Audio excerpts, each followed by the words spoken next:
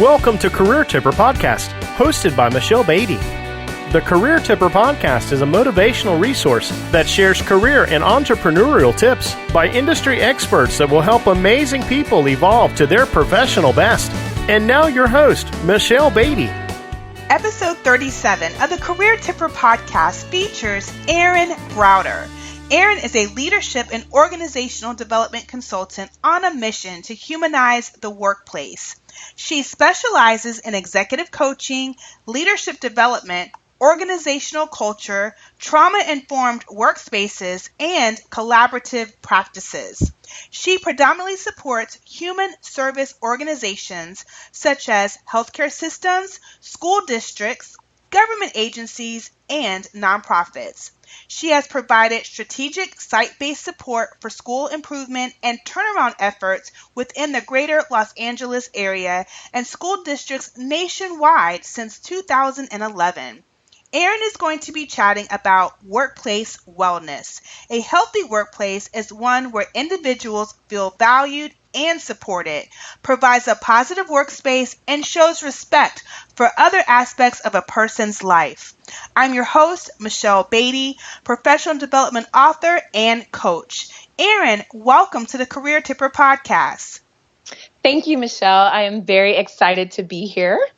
Yes, I know this is going to be a good conversation because we're energized and ready for this. Yes, and it's such an important topic, one that is not discussed or addressed enough. And so there's so much to really unpack within our time frame. So I don't mind if you need to keep me on track and things like that, because I have so much to share with your audience. Share.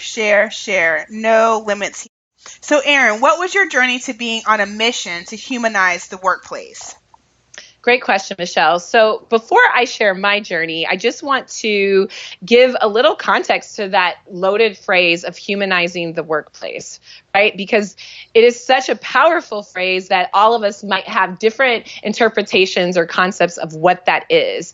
And in a humanized workplace, we see things that concepts, I should say, centered, such as connection and social relationship. We see compassionate practices, both exhibited by leaders and colleagues and teams. We see resourcefulness. We see reflective practices happening. We see open lines of communication and feedback. We see people's time and energy being honored, and opportunities for people to take on leadership roles and be contributors and not just competitors in their workplace environment. So that in itself flattens a lot of the hierarchy and the bureaucracy that we experience in many of our modern workplaces, because we realize that we do more together than separate.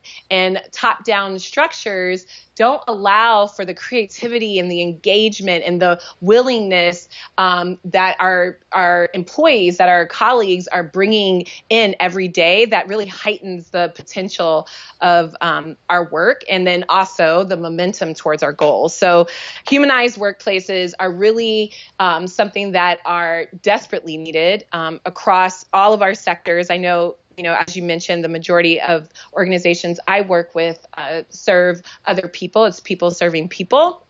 But even in some of our more standard sectors where it's product development or supply chains, having a humanized workplace really increases the efficiency and the effectiveness of the work through the connection and the ways that we communicate with each other and the ways that we bring in each other's contributions through their skill sets or through their experience or through their qualities and just their ways of being, so that there's space for everyone and not just, one or two that are eager, or, the pressured or the stressed out manager that's constantly giving directives and not necessarily having the time or even the capacity to open the floor and get more feedback from their team and get more ideas and thoughts and, just ways that help create a more rich environment and a more a satisfying professional life. The short story of my journey is that I am a middle child. And I am your typical middle child where I felt like, wah, no one is paying attention to me. And I grew up very independent and doing things years ahead of the developmental stages. And so I didn't get a lot of attention as far as, in my home of checking on me and doing homework with me and things like that, because, leave it to Erin, she'll get it done without the support.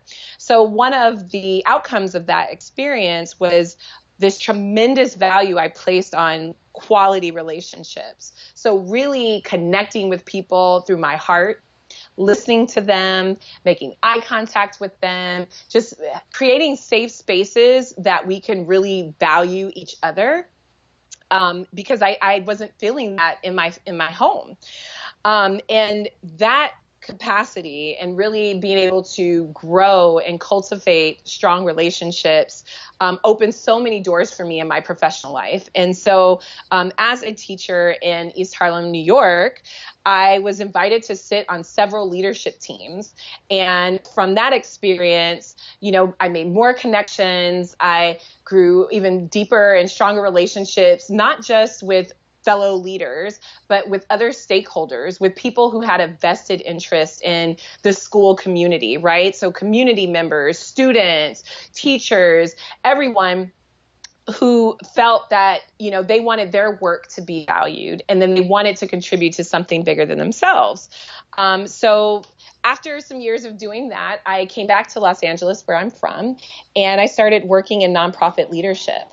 And in nonprofit leadership, my work was mostly focused in culture transformation. And this is actually really interesting because I went full in. I love my work. I gave my heart, my soul, my blood, my sweat, my tears, all of those things. And it was a very toxic environment for me. It was a place where I seldom received any type of feedback. There was not really many leaders. Okay, I'm trying to be politically correct. There were no leaders that modeled well-nourished leadership or reflective practices or, the interest in lifelong learning and constantly developing and growing and being transparent. Those things did not exist.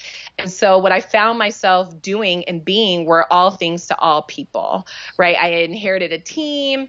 I made sure that we, did our work, but then at the same time, I'm trying to create just a very joyful professional experience for them, one where there's like connection and there's constant communication. And that was new for them. And so that meant, I stepped into their roles and, I was still doing mine. And it was just a lot of balls that I was juggling. And in that experience, I actually traveled back to New York, where I lived for some time. And if you know New York, we hop in front of cars all the time. We're like daredevils. We fear nothing. Well, on this particular trip back, I was hit by a car. And I was hit by a car in the middle of the crosswalk in Times Square. It was a very eerie experience. And it was at nighttime.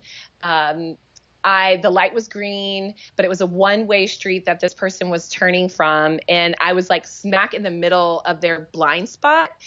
And I was the only person in the crosswalk. I'm telling you, it was at this point, I've processed it. So, I do see it kind of as a wake-up call, a very serious one. But when I was hit by the car, you could hear all the gasps on all the corners, right? Because this is freaking New York City, Times Square.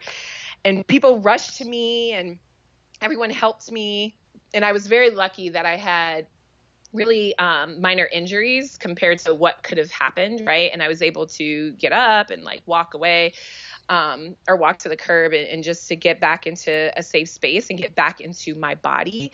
And that was where I started to realize how disassociated I was in this experience. And definitely not just from this one organization. These are things that we carry. And one of the aspects of, being that relationship-centered person was also taking on a lot more than what I had the capacity to do, right? I wanted to be such a giver and such a doer and doing things for other people that I wasn't minding like my own well-being. And this is one of the reasons why I'm super passionate about leadership well-being, because it took that experience for me to wake up and realize I have to be embodied. This can't be something I help other people do if that's not what I'm living, right? I can't help other people have healthy time schedules when I'm, working 12-hour days, right? Like that modeling isn't present. And in the hello, I just shared about, my former leaders and that they weren't modeling these healthy behaviors. So that was a wake-up call on so many levels. And what I realized when I got back was the culture transformation piece was the same. That's my jam. That's what I love to do. I love to, work with different groups of professionals and help them reshape the organizational culture so that it fits their highest good and the highest good of those that they lead and serve. But I realized that we have to be embodied doing it. We have to be healthy leaders modeling these healthy practices, such as being reflective, right? Leading our meetings and having time to reflect at the end, honoring people's times and not just, you're here in front of me now, let me go through 10, pages of priorities and things I need you to do, but really thinking through, okay, the max capacity that someone can have in an hour is like maybe 2 to 3 things. And then giving them time to process that in the setting and not just, offloading. And then it's up to them when they process the other gazillion things that they have to do as well. So I emerged from that situation with a newfound sense of resilience and resourcefulness and commitment to health, and not just, my personal health, but my professional health as well. Fractured teams, negative communication, a lot of times there's a lot of negative history that lives inside of our organizations. It's like it dwells in the corners, and when we are constantly in reaction mode or we're constantly go, go, go, we internalize those conditions as something that we've played a part in. But no, like there's been 4, executive directors or 4 managers that have all kind of followed in succession of each other with the same type of behaviors and mentality that is counterproductive to the work that we're here to do. And so the more that I was able to settle into myself, I could see the bigger picture. And this is the work that I bring into organizations now as a consultant, is having our leaders, pause and think through, what are some of the challenges and things that they're experiencing in their work and how that relates, individually to them as well as to the groups. I love it. It wasn't quite a short story, but... No, I love it. I appreciate your transparency and like what connected you because, for many of us, it is that one transforming experience that becomes the catalyst focus for so much that we do. Absolutely. I mean, I had been so invisible, right? Like I hadn't really, when you're go, go, go, your head is down, right? Your eyes aren't up. You're not making eye contact and really saying like what you need and being the effective communicator that I was trying to cultivate in my team. And so, of course, not of course, but, I got hit by a car that didn't see me, right? What an analogy or a metaphor for other areas of my life. But I respect the fact that you called yourself out in that moment in time in your life as you went through your reflection and acceptance and healing phase. You're like, I'm so busy pointing the finger. I need to point the finger at me too. Like, absolutely. Let me stand up and be held accountable. So I love that you were vulnerable enough to your own teaching and what you stood for to realize that you needed to step up your game and how you reflected it yourself. Absolutely. Yes. I mean, this is, a lot of people talk about transformational leadership. It's such a well sought after leadership approach. And unfortunately, people just pull the principles that relate to what they want other people to do. And that's not the point of it at all. And one of the central tenets of it is modeling behaviors, right? it's like modeling the desired behaviors. And the truth is, you can't model these behaviors authentically unless they're embodied, right? Like I can say, oh, it's good to reflect after, or a debrief after you've done a project. But if I'm not leading that charge or sharing my own reflections, then there's no invitation for other people to take it seriously and to actually do it. No, it's so true. So, Erin, what do you define as the starting point for leadership to assess that a heightened focus needs to be placed on workplace wellness in their office? Because sometimes, there's themes that are executed by HR, or, there's a calendar that they go along with, throughout the year. Like this month we're doing this, that, and the other, mental health or, wellness examinations, whatever it may be. But I just feel like there's a starting point beyond following the calendar when you're doing day-to-day activities. Absolutely. So on the surface, right, and this is what I have, like HR directors that approach me and different leaders will hear kind of the starting point is noticing, that you are having a high turnover, low retention, right? Your insurance costs are like out the roof because people are experiencing the symptoms of chronic stress, right? They are having high blood pressure or, different illnesses just in and out of medical care. Sick days, folks are like totally zapping, and especially in certain fields where there's not this huge pot of money to supply substitutes or to supply, to have people come in on their off days. So the cost of sick days are like totally tanking a lot of the performance and even the resources that organizations would have. Conflict is another piece, right? So there's just this unresolvable conflict happening between colleagues that is coming out of the toxic culture and some of the different discrepancies in the department or in the team. And so beneath that surface, I say to look for quality relationships, right? What's an example of a quality relationship at your work? Can you think of one? And then once you have that, what makes it quality? Is it that when this person asks you to take on this priority or ask for your help, you say yes? Is that the definition of a quality relationship for you? And this is a really open-ended question because there's really no right or wrong. There's definitely a continuum. So saying yes or no to a question is not an example of a quality relationship, right? Quality relationships are gives and takes. They're the willingness to collaborate, the willingness to step back from, the individual attachment that you might have to this idea or this project and understand that as a group and a team and a department, we have our own identity, a shared one. And so what might this mean if instead of my objection, think about what is the good or the benefit of this move for our team? And is that more important than this one thing that I feel like my heart is burning to share, right? It's that willingness to kind of dance the dance, like knowing when to step forward and to step back, and then to stay, side by side. Another starting point would be engagement. How willing are your folks to show up? And not to show up just to be at work, right? We have a lot of people that just come to work. But when they're at work, are they asking questions? Are they supporting other people? Are they innovating?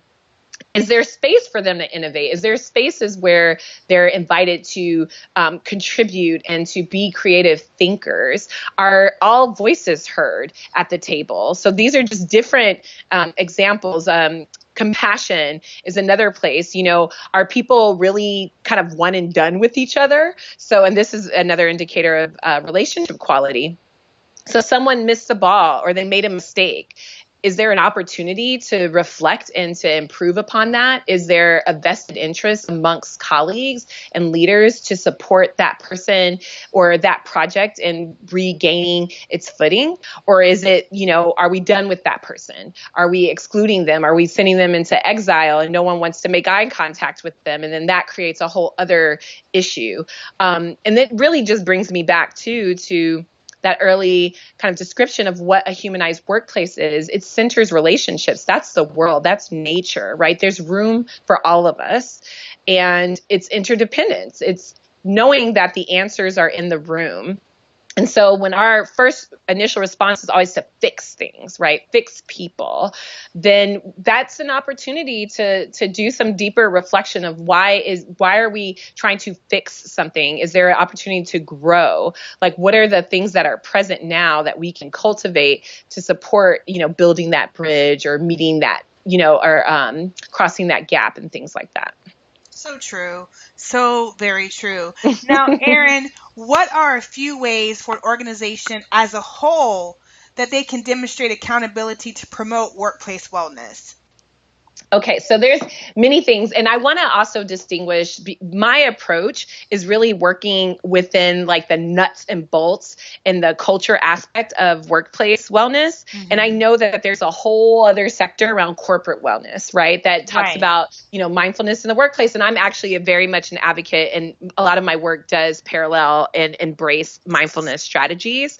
So an example would be, starting every meeting with like 5 minutes of setting intentions, or just, doing some breathing exercises to clear our minds and really bring our focus into a shared space.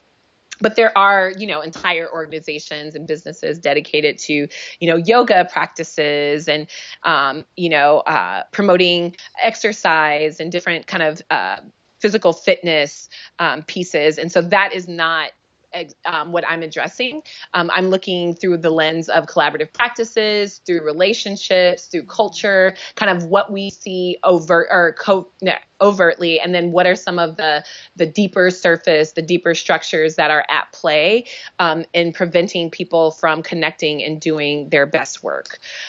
So some of the things that I would say to demonstrate accountability would be to openly prioritize whether it's self-care, whether it's resilience, whether it's well-being, professional well-being as a value in that organization, and creating spaces where the practices are being honored and implemented. So I just gave the example of the mindfulness.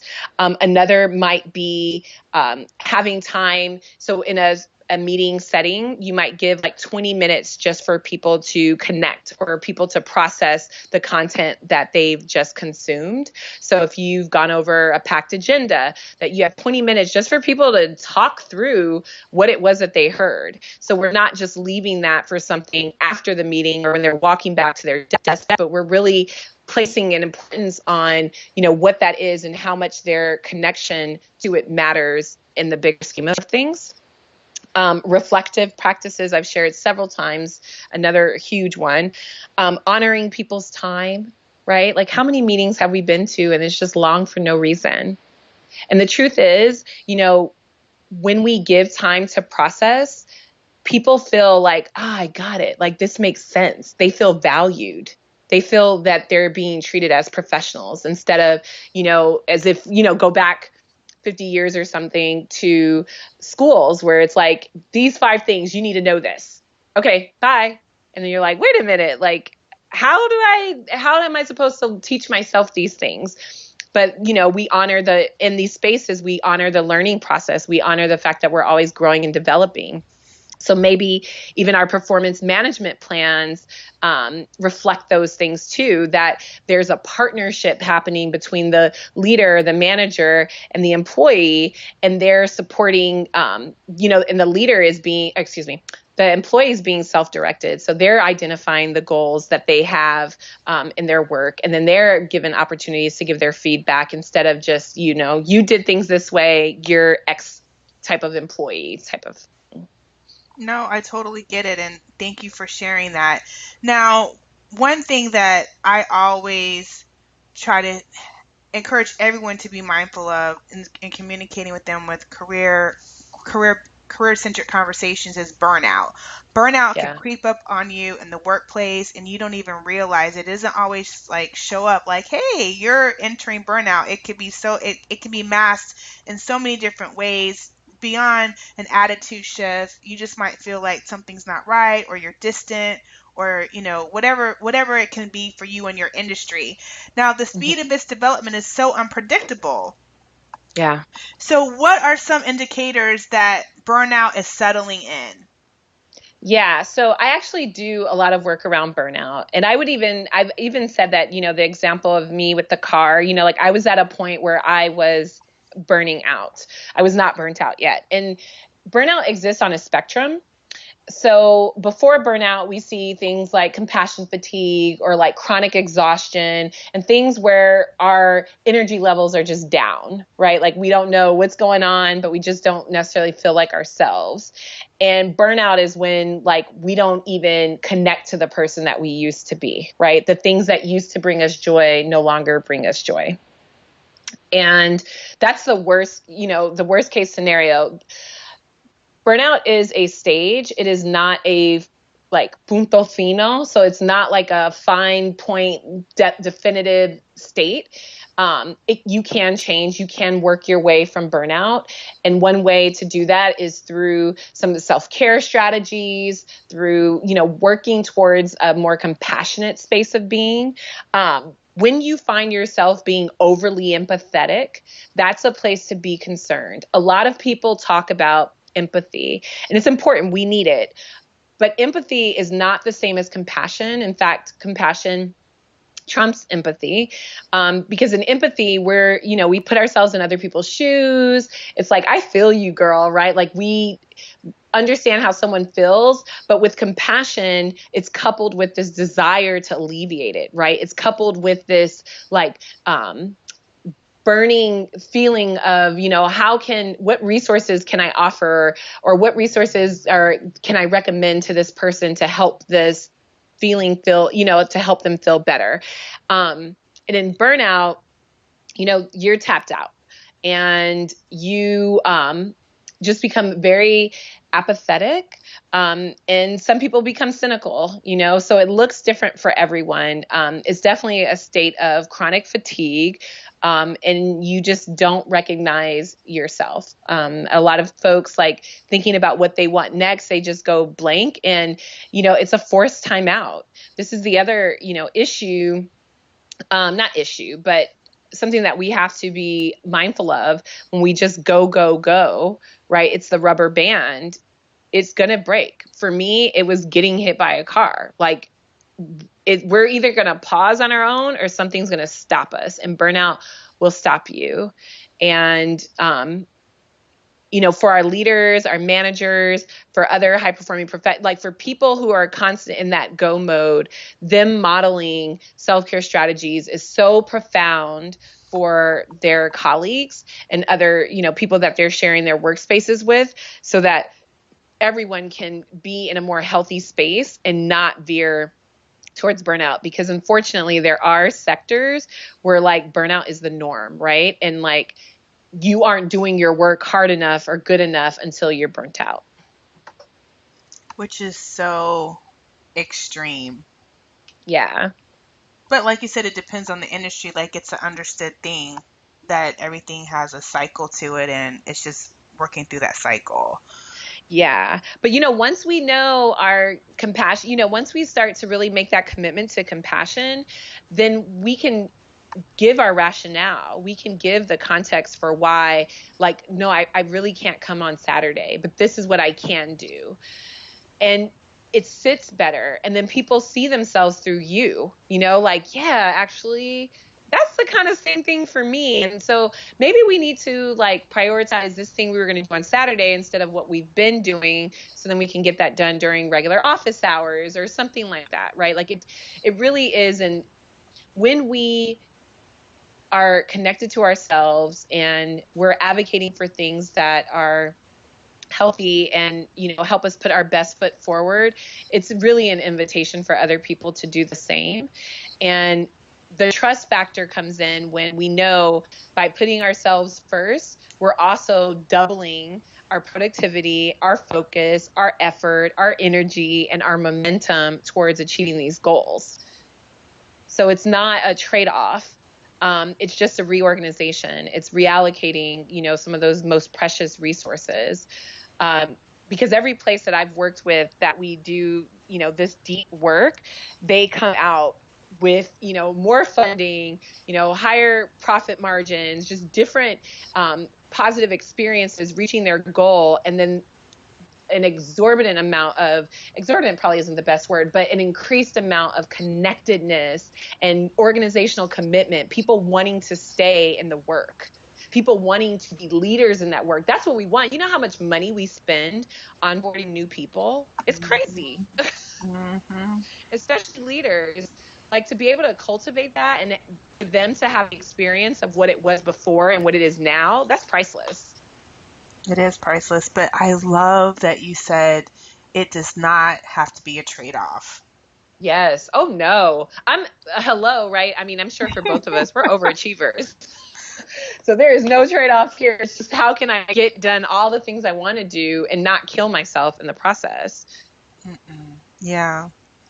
Yeah. I love that. Okay, Erin, how can leaders stay connected to their human side when creating change in the workplace? Because, people can get so focused on the process and the procedure, and this is what it has to happen. And it's like, do you realize I'm not a robot? I mean, Exactly. AI might be a factor, but, most, like, not all work environments that applies to. So what's your input on that? Yeah, so emotional intelligence is huge with this, and thinking about some of the principles around like self-awareness, knowing, like your stress levels, knowing what you need in certain situation, what your boundaries are, right? Creating safe and protected spaces. I would say sacred spaces, but I know that feels religious and spiritual, and it's not about that, but it's just places and spaces that can't be touched and really honoring that. And it feels foreign at first, right? So if you're like, these first 5 minutes of a meeting, we're going to set intentions and we're just going to get really grounded and do our breathing exercise, then nothing can take over that, right? Like that commitment is there. And so then people start to, exhibit or participate in those behaviors even before the meeting begins, because now it's so, it's a developed behavior. They're so entrained in that. Compassion is a huge thing. And for a leader, this is about self-compassion too, because we are so hard on ourselves, right? This is so many of the leaders I work with, especially in human serving organizations, is like a thankless job, right? Like for many of us, we're doing it because we're committed to something bigger than ourselves. And we have very much like aspirational goals, or a legacy that we want to leave. But in the interim, it can feel very dark and isolating and thankless. And so having compassion for yourself when you make a mistake, or if you feel a certain type of way, that is natural, that happens. And then getting to the core of what that is and seeking some type of relief. Sometimes it's just knowing what the trigger is. Then you're like, oh, okay, that's why I was bothered by that. All right. It makes me think of this situation in my life, and that didn't feel good. Versus just holding on to it and like I can't stand Erin, this is what she does, and making it about the other person. But there's authentic, critical self-reflection happening. And then setting intentions is another one, right? Like, again, when we're constantly putting out fires, we're just, running from one location to the next. So like, how are we being intentional? Before I address this team, what are some of the things I want them to take away from this engagement, this interaction? How do I want them to engage with what I'm sharing and process this information as a group? Those are just different. And I would always I bring it back to nature and relationships and that interdependence, right? That, there's space for in nature, like we aren't fighting for the same things, right? Like in nature, there's in the garden, there's space for everything. And even with weeds aren't, there's an opportunity for cross-pollinating. There's more acceptance and compassion instead of this, vile reaction of plucking people away from, where they are and dismissing them and starving them. That is not, effective ways of leadership. I think we all understand that, but it's also the subtle ways in which we do those things really create a rift in the community that we're creating in our workspaces, as well as, accelerating towards our goals, right? That's something that,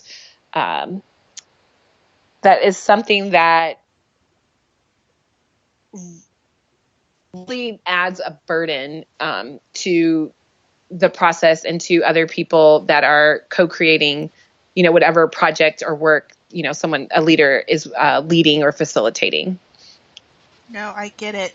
Now, Erin, I just want you to expound a little bit more on identifying triggers. How can one begin to identify their trigger points? Because sometimes they don't hear about it until they're in an annual review or a mid-year review or receiving corrective action or getting feedback. How can people identify on their own through their own analysis of themselves? And if they happen to hear from another source, it could be confirmation, or someone can say, oh, you grew, we no longer see you demonstrating this, we see you demonstrating that. And it's like, well, okay, yeah, I'm accomplishing this goal that I set for myself.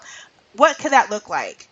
So there's two things I have for this. The umbrella is self-awareness, right? Like when you're self-aware, you can feel where you're pushing through the fear, right? You're feeling the fear and doing it anyway. You're being challenged.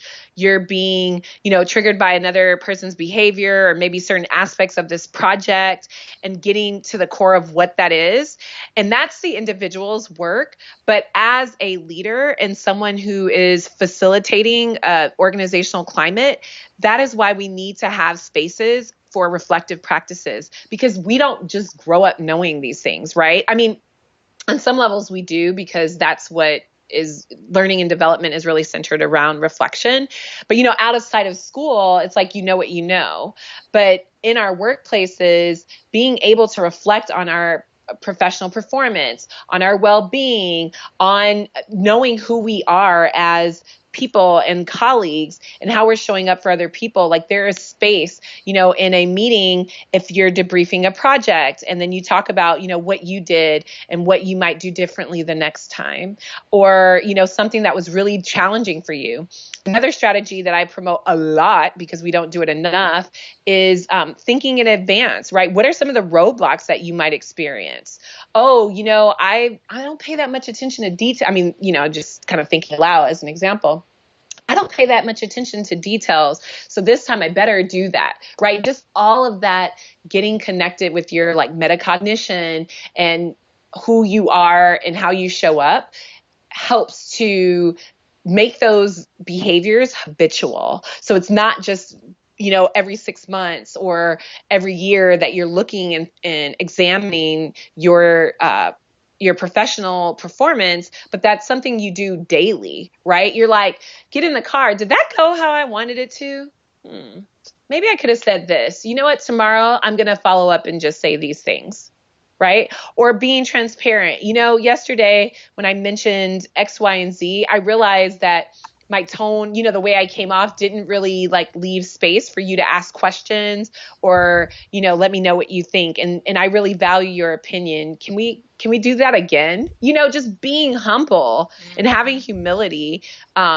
Those are ways that we can encourage more critical self-reflection and people being more self-aware. And that goes back to kind of an earlier question of, as an organization, how do you build accountability around that? Well, those are different examples of doing that. So true. Thank you for expounding upon that. Now, what are ways to define and determine the value that employees bring to the workplace? Yeah. So, I would say definitely their engagement and the ways in which they connect with their colleagues and the content or the projects or, whatever, the main sources of information and determinants of, what their work is actually, what they're doing. That would be one way. Expertise is another. So I think we rest too much on expertise, honestly. I mean, expertise is important. And in some places, it is paramount. And then in other places, it can be grown. It can be cultivated. So how do we keep that soil rich? Well, we need to have a healthy seed. So we need to have, someone who has relationship skills, who has social and emotional competence, who can talk about, lead us through a reflection where they can identify something that could be improved and then identify their strengths, right? That's another piece. A lot of folks are really unclear on what their skills are and what their strengths are. And that means we're not getting those on the right projects, right? Like we're not getting that insight when this is really something that they can lend themselves to, or we're not creating the spaces for them to do that. People who have experience, and this is another space. So many places, put so much emphasis on experience in the same field.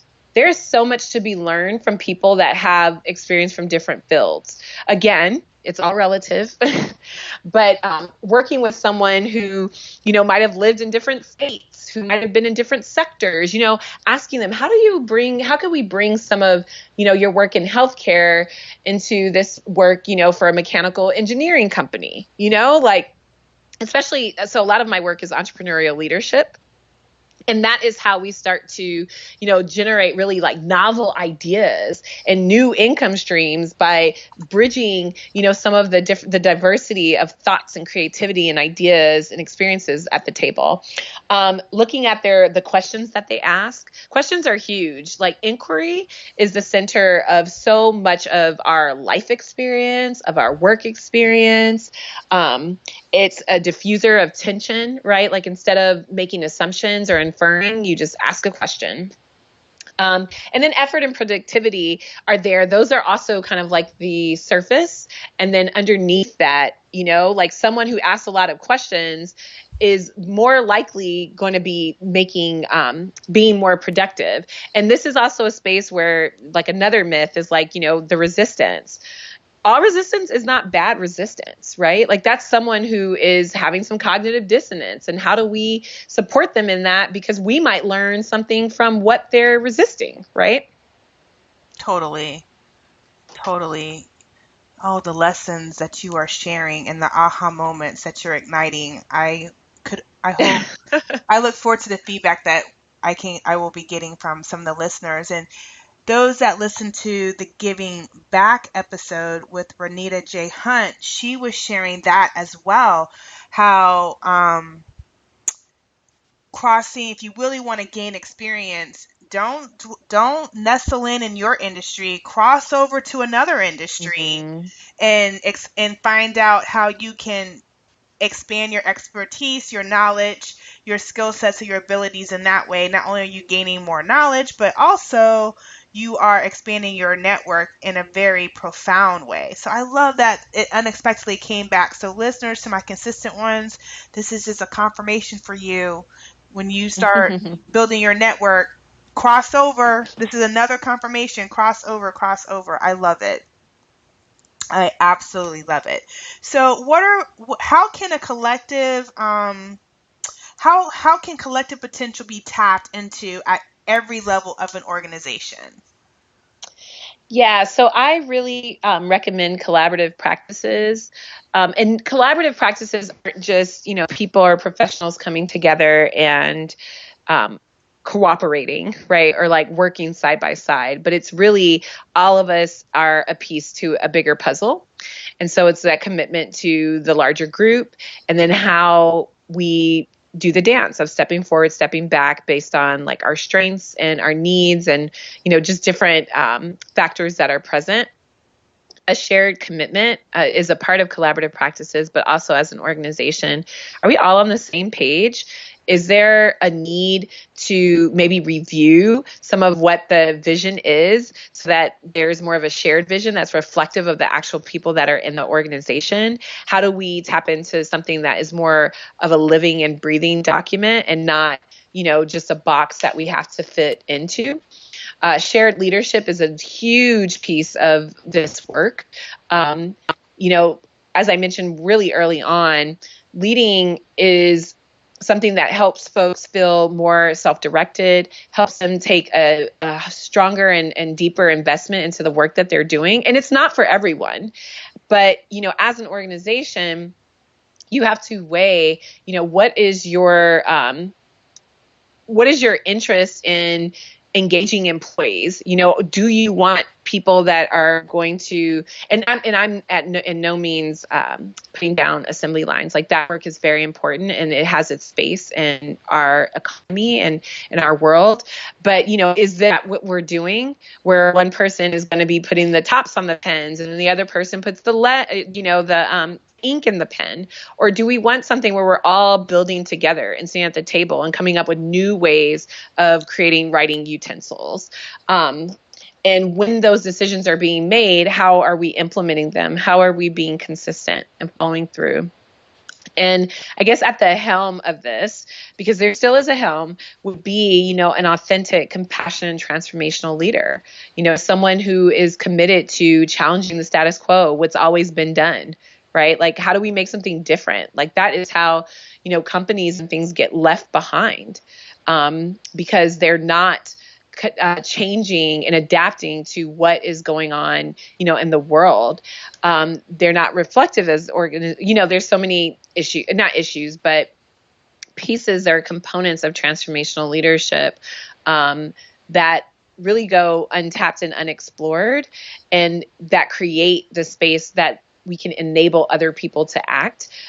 We don't have to do it ourselves. And honestly, that's the other beautiful thing about shared leadership for leaders is this means you don't have to have a 12-hour workday, right? Because everyone is picking up a piece of this, and their load is actually lighter as well because they feel supported.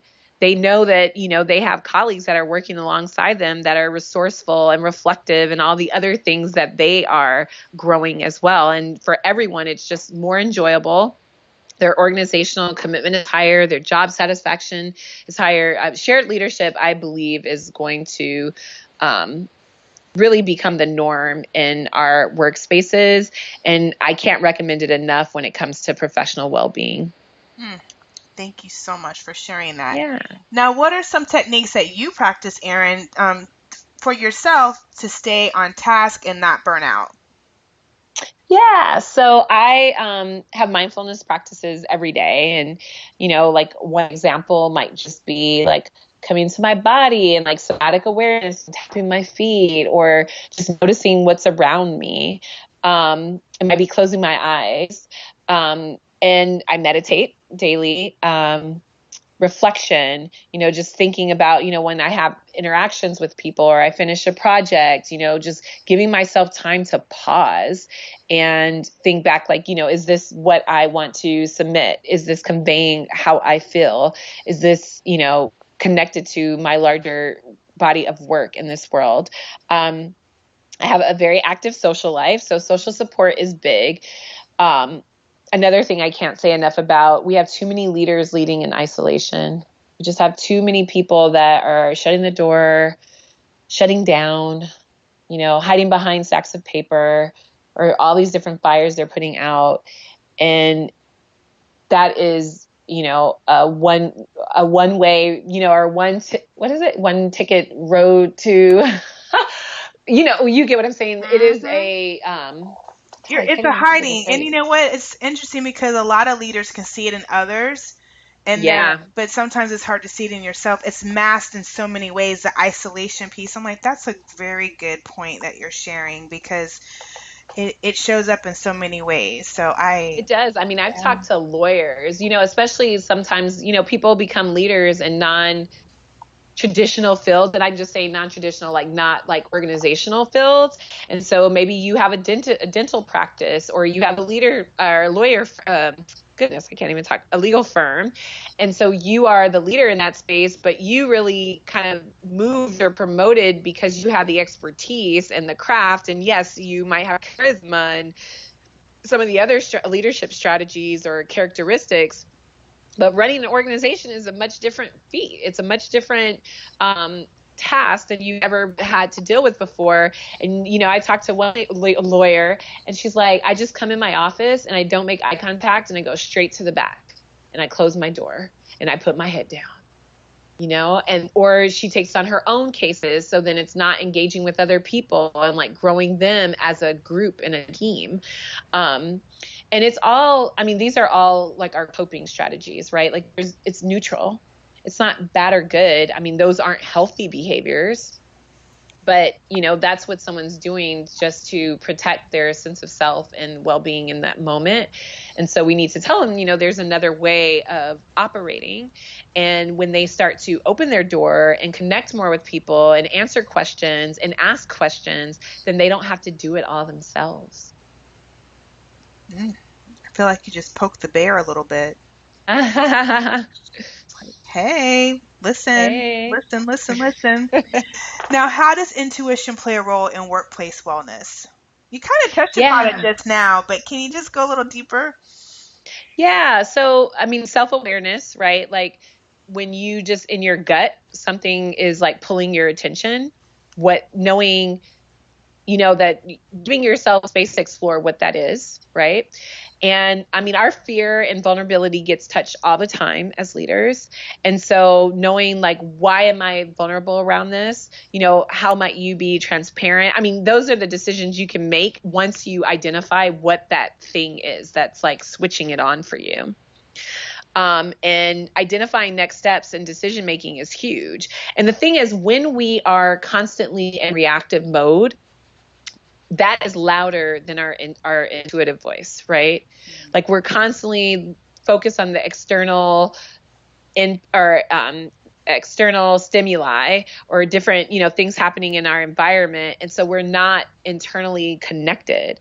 And so there might have been, that nudge of like, just sit here for 5 more minutes or think through what you're going to say when you have this challenging conversation versus just jumping into it. And so having that connection, repairing relationships, right? Like on the other side of conflict is community, right? Like that's a understanding that or philosophy that many leaders have. Like we know conflict is a door, it's a bridge, it's an opportunity, but that still doesn't make it easy, right? We still have to have really tough conversations that might make us feel sensitive or vulnerable. And so having that like intuitive nudge, it's like, okay, how can I have this in the most compassionate way possible? And compassion is genuine, right? Like it is very obvious if it feels forced or there's like no energetic connection to it. There's a really great book that I recommend to some of my leaders that struggle with balancing their energy. And I don't remember the exact title right now, but it's like, it's something about, it's not about managing time, it's managing your energy, right? And so when we're low energy and we're just like dragging along, again, like our intuitive nudge isn't going to be strong, right? Because we're not like focused, we're not hearing what's going on for ourselves. So intuition plays a huge part. Now, do we make a $10 million? Well, some people might make a $10 million decision on your intuition. I don't know, and the more you get to know yourself, the more you know, is this your ego? Is this your fear? Or is this your intuition? Because your intuition is always for your highest good and it wants what's best for you. But that does not mean it's the easy street, right? Intuition is like, I better say something now because this is getting out of control. And you're like, damn, I really don't want to say anything. I don't want to open that can of worms, but if it doesn't, it goes from a slam door 1 minute and then next you have like a full-blown argument in your department. It's a barometer check for sure. It is. Absolutely. Now, how important, Erin, from your perspective, how important is it for an organization to evolve to telling the same story through the various positive differences the team is making individually? So when you say individually, you mean by individuals? Mm-hmm. Okay. So it's extremely important that we're sharing the same story. And there's many levels that we're like, these are nested groups that we're working within, right? So we start off as our individual ourselves. Then we might have pairings with like colleagues or with the leader. And then inside of that, we might have teams, or outside of that, we might have teams and other groups, and then the larger department, and then the larger institution or organization. And so understanding, again, that there's an identity attached, there's a culture attached to each level of that existence. And each level we go up, and again, this is why reflection is so important. The values change, the commitment change. Well, the commitment should always be strong, but you know what I'm saying? Like the ways in which we exemplify or exhibit behaviors to the commitment change based on those various levels and who we are, the roles we play within them. And so when we start to understand that, like I said earlier, is it in my best interest to step forward or step back in the best interest of this team, in the best interest of this organization, right? Now, if you're committed to change, there's different ways that you might facilitate that decision-making process. But on an individual level, we have to, when we start celebrating everyone's contributions, then we're not so wrapped up into competition, right? We are more of a community. So when I suggest this idea or this thought and it's sitting on the table, it no longer belongs to me. It belongs to the group. And, I know this could cause some cognitive dissonance. It can be very challenging because we get so identified with, our ideas. And so when you say you don't like the idea, you mean you don't like me.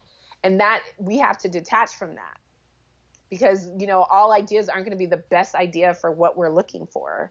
And we can only really hone in on that belief when there's processes and protocols and different spaces created where we can all share openly and we know that we're not taking things personally. But if, in this example, if a leader steps in and they humiliate, oh, your idea is stupid, or didn't you pay attention? We already talked about that, or something like that, then now it's become personal. And so it's just, again, that's why we all have to be in that reflective, grounded space and be really intentional about what it is that we're creating. And I know that the way that this might be coming to folks, is this is some of the first times that you're hearing it, it's like, wow, these are a lot of pieces to manage. There are several pieces, but the more that you do this, it becomes ingrained, it becomes embodied, and the group starts to function on its own. It doesn't need you. The collaborative becomes self-directed. The organization becomes self-directed. And the more that we give context around why we're doing what we do, right? So we examine, why are we doing this and why are we doing it this way? Then the folks, everyone in the space, like those answers in the room start to surface. And now we've given agency and influence to those sitting at the table to do this work with and without us. It's incredible. I mean, as you can tell, I'm just super excited about this work because it literally turns on the light for everyone in this space, and it creates a whole new professional experience than what many of us have, become accustomed to. It's a culture change for sure, but it's one that I think can definitely help with employee retention. It can help with profits. It can help with career longevity.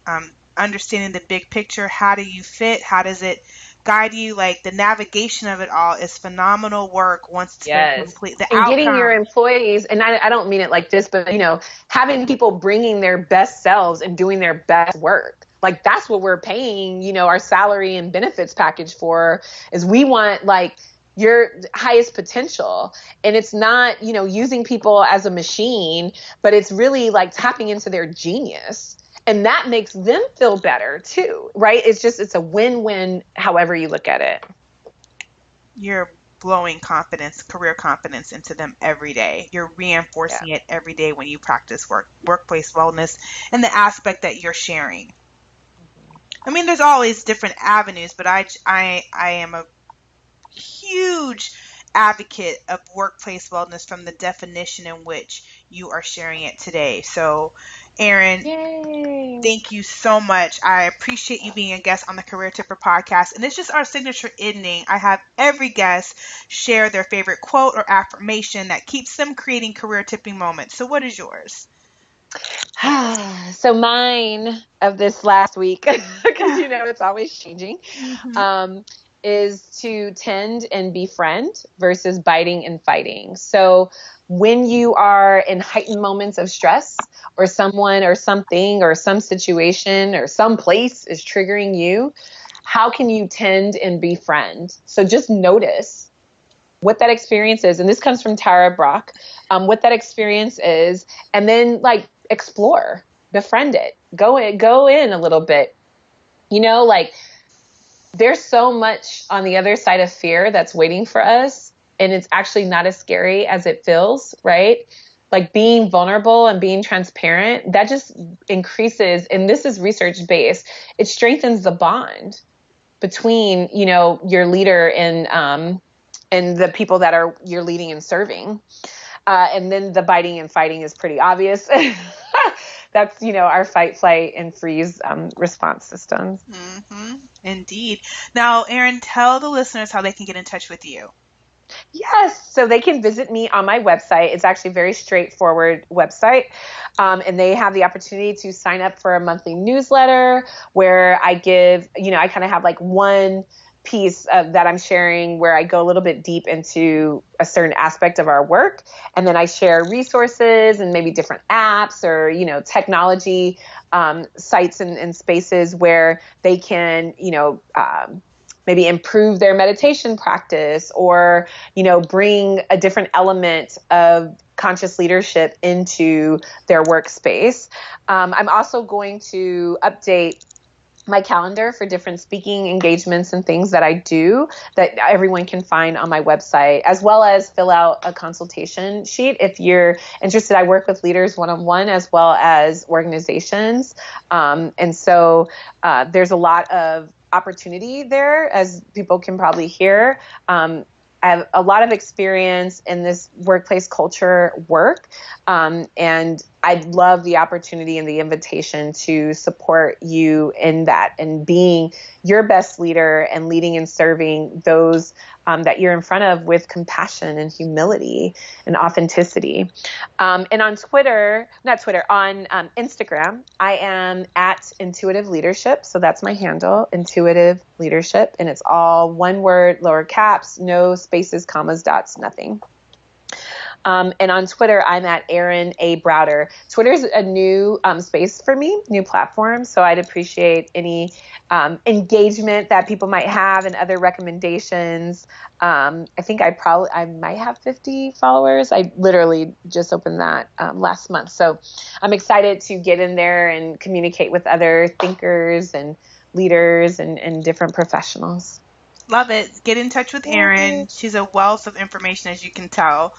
And you can find me, Michelle Beatty, at careertipper.com and on Instagram and Facebook at Career Tipper. And at Twitter, you can find me at CareerTipper1. Thank you so much for joining us today. Please listen and subscribe to the podcast on Spotify, iTunes, and Stitcher Radio. If you enjoyed today's episode or any other episode of the Career Tipper podcast, please leave us a 5-star review on iTunes. Until next time, be confidently you.